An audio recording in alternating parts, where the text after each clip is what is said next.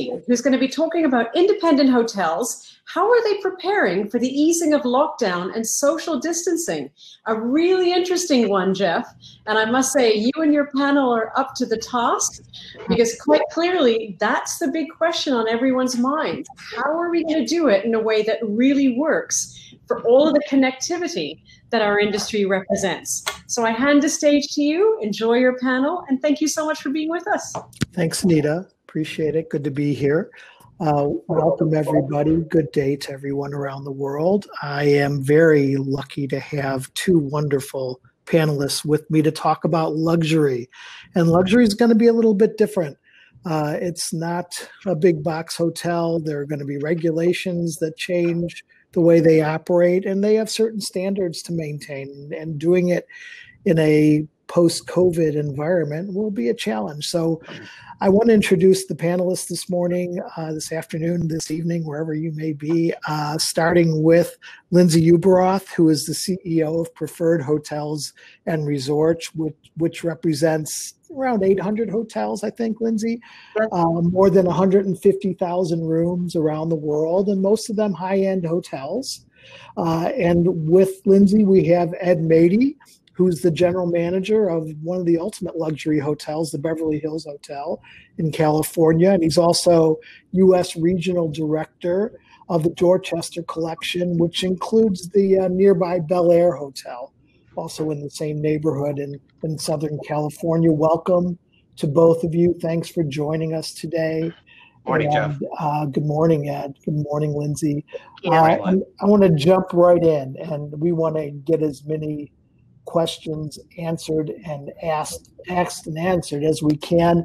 And going back to the idea of luxury and how it's different, Ed, you have a certain set of standards that you maintain, a certain level of service your hotels have been known for. How do you adjust? What are you going to do to keep those standards, to meet expectations, while also managing through a post-COVID environment? Thanks, Jeff. The other day, I used a quote from Winston Churchill, and his definition of a success is walking from failure to failure without losing any enthusiasm. And it's an interesting time now, because a lot of people that are working in hotels as a general rule, you have to try to figure out where are they right now as they've been staying home, locked up, trying to figure out what am I walking back into. So when you start looking at the various luxury standards, I think the business model as a whole will never lose the five major components, and that would lead from culture to team to leadership to strategy and customer. So the key here is the culture. Culture has to be educated, training, and learning for the staff. And so if I were to say take 4 or 5 things that would happen when it comes to luxury standards, whether it be CRM, whether it be creating a memorable arrival and stay over, team gestures, whether it be looking at what is onboarding for all of the things that we've always done. So I think in conclusion, we have to focus on the culture. We have to make sure that the employees understand what are they walking back into. We retained all of our employees during this process. And actually, we're bringing our people back the Tuesday after Labor Day. We might only have, a couple of dozen rooms occupied as we've stayed open. But we are going to go through a process together of what does onboarding look like in today's world versus what, say, that maybe when we were competing in the past, we would be competitor obsessed. More than ever now, it's going to be employee obsession, it's going to be customer obsession, and all the competitors that we are dealing with, everyone's in the same boat. So we want to just raise the water bar a little higher so everybody really understands. And we don't know yet.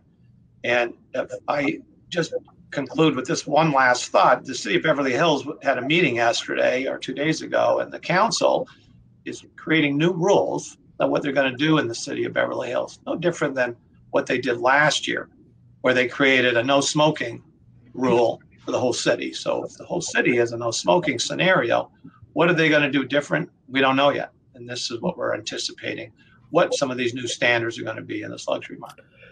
Let me ask both of you, how will the luxury traveler, how are their expectations going to be different? Ed, you're staying open. And have you noticed a change in expectations amongst the guests, or maybe more of an understanding amongst your guests that you're operating in a different environment? And Lindsey, I would like you to answer that one as well. One guest said to me, they were in New York, Jeff, and during 911, and the word safe was redefined after 911. And the word safe today is being redefined. What they enjoy, and they've always enjoyed, and by the way, the Beverly Hills Hotel is 108 years old today, is our birthday. Yeah. And we've always enjoyed a reputation of trust, understanding who we are. So the guests enjoy being here. They trust who we are. The brand represents that. But they also believe that the word safe is being redefined collectively.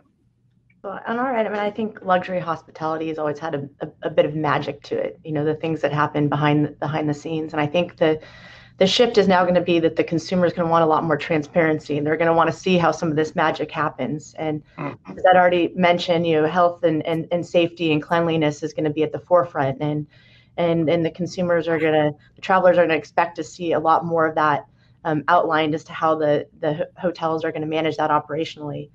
But I also think that, you know, I think that they're going to manage their expectations a little bit differently. And I think you can still have a wonderful luxury experience. And I think a lot of the more traditional white glove hospitality is going to come back. I think the white gloved doorman, I think even elevator operators, if you think about it, which used to be considered old school, I think could be a very relevant operational standard.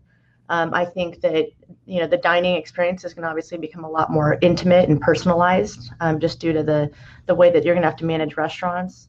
You know, customized amenity kits, things like fitness suites. I think that there's ways that hotels are going to get very, very creative and be able to pivot and provide new services that are going to become really, really relevant. That still provides that luxury experience while we're having to manage through these new expectations as it relates to health and cleanliness and sanitation. So I think hotels are going to take advantage. You know, they say crisis creates creativity, and I think that hoteliers around the globe, especially in the luxury segment, can do that and do it very, very well.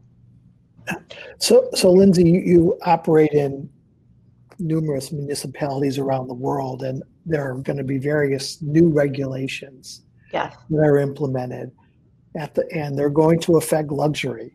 How do you best integrate them? What are you advising your members on managing through any new regulations that are going to impact luxury hotels? Right.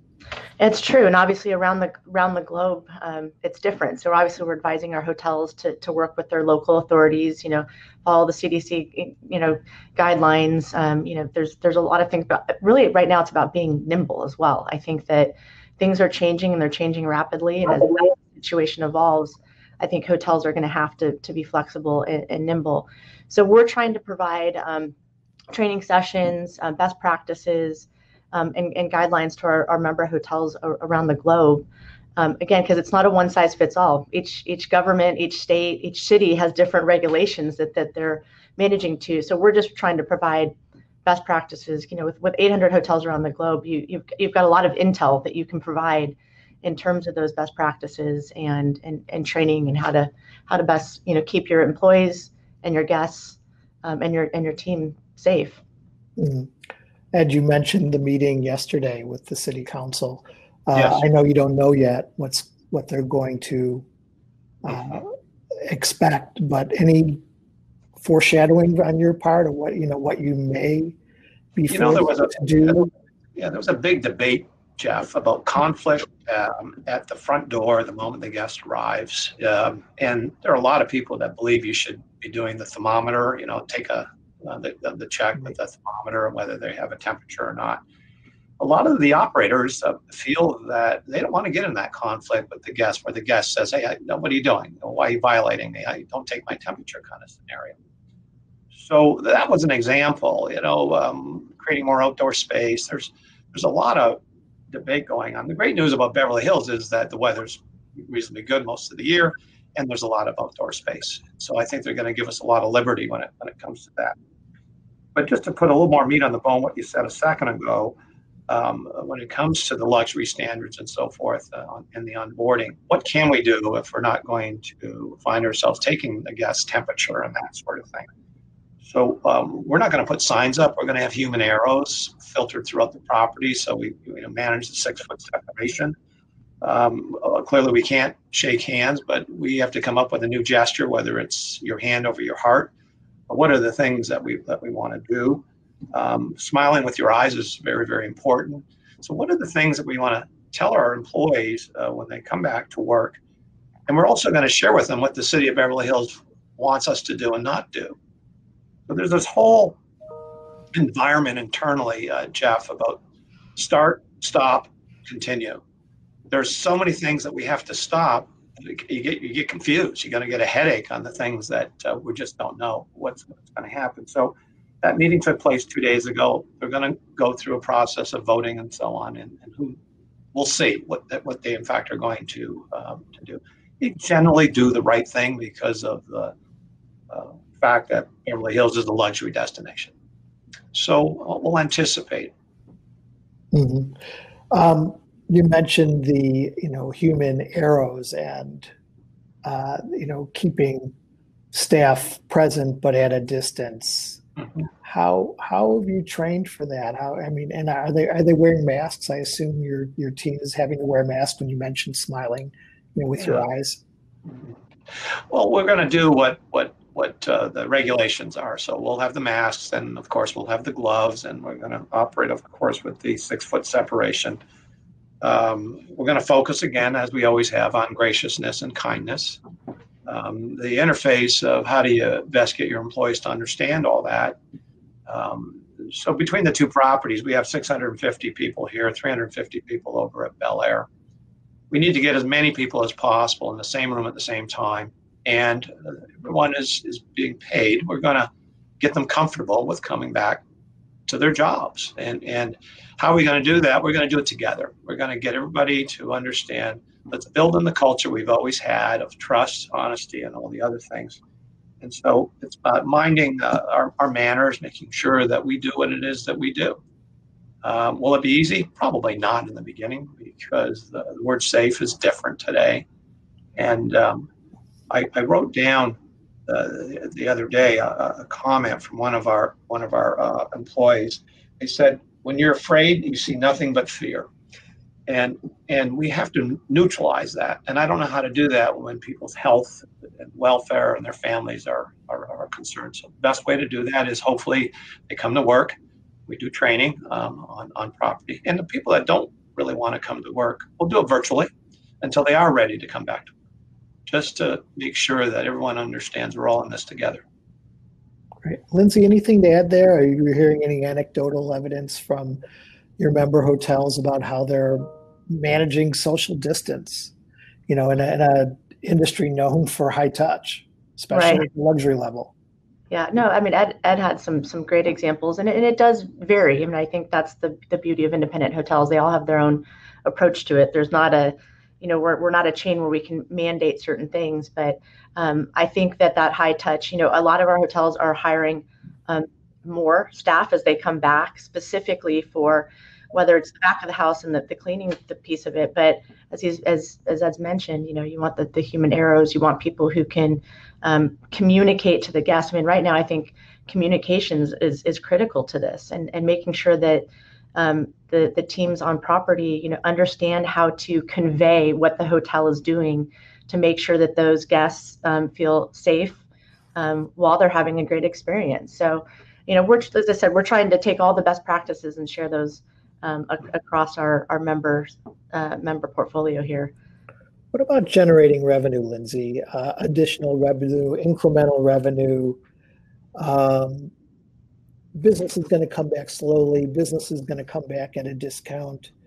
You really need to put on your creative hat to find ways to increase revenue in any form you can, in addition to trying to maintain rate integrity as best you can. Any thoughts on what your members are doing, or what you're advising your members to do to generate revenue? we have an internal team in place that's just focused on that, sort of the big thinking and what are the other areas that we can drive revenue. Obviously, part of it is training and new services and tools that hotels can take advantage of. I think the meeting segment is going to be an interesting one because we all predict that's going to be the slowest to come back. So advising our hotels investing in technology and tools that can allow the meeting planners to still hold meetings. We know that meetings above 100 are probably going to be complicated, but how can you take advantage of a virtual meeting technology that you can create some ancillary spend? You can still have a great meeting on property. We're looking at new and creative ways that you can do F&B. I think people will be willing to pay a premium for certain things. I talked about this concept of the fitness suite, making sure that all of the things that you want in your room, whether it's a bike or different fitness equipment, customized mini bars, because obviously the mini bar concept is going to go to the wayside. So how can they prepay for exactly what they want in their room as an opportunity? I just think that there's ways that as you personalize that the guest is going to be willing to pay a premium while they're on property, but then you're also going to have to pivot and think of ways that you can accommodate some things virtually. So those are a couple ideas, I think, of where you can drive incremental revenue. Well, we all know that the new normal is going to be occupancies. 100% occupancy is now going to be a 66% occupancy just because of the regulations around the time in between a guest checking out. Getting it and allowing a new guest to check in. Yeah. And your famous Polo Lounge is not up and running. I know you're doing some curbside or room service with some of your famous dishes there, but same question from your perspective, driving revenue on top of room. Well, I think we all understand in the world of luxury that price wars you don't win in any price wars. It's the formula is always going to be experience minus expectation equals perceived value, and value to us is really raising the standard of what it is we're offering. We're fortunate to be on 12 acres of land. We have a lot of bungalows, so the outdoor space is key. We're able to create certain experiences when it comes to the real estate. So that's the good news for us. So we're not going to discount when it comes to that. Reopening the food and beverage outlets is probably going to be the #1 ticket for us because we are a community asset. And the Polo Lounge is itself 75 years old. So once we get the food and beverage going where it needs to be, I think everything else will just fall into place. Hard part, I guess, is everyone talks about pent-up demand. Well, we have so much supply. I don't mind opening up slowly. I don't mind having everyone talk about their experience at the Beverly Hills Hotel after everything got reopened by the governor. But I think it's going to take a little time. I really do believe that it's not a light switch kind of a scenario. But luxury is always timeless. It's something that people will always have a demand for. We just have to make sure we don't cut corners and we create the right experience for those guests coming to us to keep those prices there. Anything you're doing with your F&B, Ed, to, while you can't have big gatherings in your Polo Lounge, anything that you are doing to monetize F&B right now that you wouldn't traditionally do? Well, we're going to follow the rules of the 6-foot separation. So we're going to have to eliminate some of the tables and so on. We'll probably enhance the entertainment. We usually only have a piano player. We might go to a trio. We're going to maximize the outdoor space that we have in the Polo, stretching into the back where the Polo Private is, where we have a function room there, to be able to capitalize on the seats. And then the other half of what's interesting for us is going to be the pool, the cabana area. And we're still trying to understand the new rules for using the swimming pool and that sort of thing. But we have so much real estate down there that we could create more outdoor dining and so on. So more to follow. We're engaging in some designers, some meeting planners that help design certain outdoor events and how do we best leverage our full real estate. So it's a work in progress right now, but I think with the square footage that we have and the outdoor space, we're going to create some experiences for the guests to say, wow, I went to the Beverly Hills Hotel and it's different. it's not redesigning, it's remaking, I think, Jeff, is the phrase. Mm. So Ed, you made a point about, don't compromise rate. It's not going to induce demand, and quality is what sells. So Lindsey, I want to go over to you. When it comes to optimizing your yield and retaining rate integrity, how are you strategizing at Preferred, to help your members optimize? Yeah, no, we're definitely advising our hotels to offer additional value as opposed to leading with discounted rates, because as we all know, discounting rates is just going to lead to a race to the bottom for sure. We looked at data from other major world events like 9/11, financial crisis, and SARS. Obviously, room rates plummeted after those. But if you look at the SARS event, for example, the Chinese market handled it very, very different. We think they did the right thing. They held rates, occupancy was low, but over time they recovered a lot quicker. So obviously, maintaining rate parity. Also taking advantage. We have our I Prefer loyalty program. We think that that's a great opportunity. For everybody to go out to their loyal guests and offer special rates and amenities specifically to your most loyal guest, I think is an important strategy to this.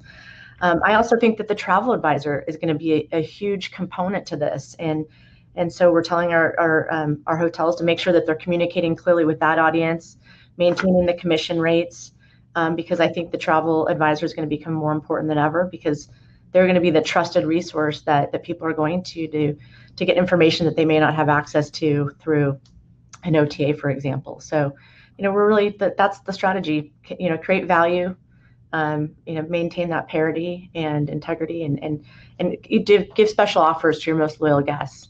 Yeah. Just one last question. We're running out of time, unfortunately. Ed, Lindsey mentioned the travel advisor. I know that you work closely with the travel advisors. How are you communicating with them? What are you doing differently, again, to keep those lines of communication open and to keep the travel advisor feeling good about recommending your hotels?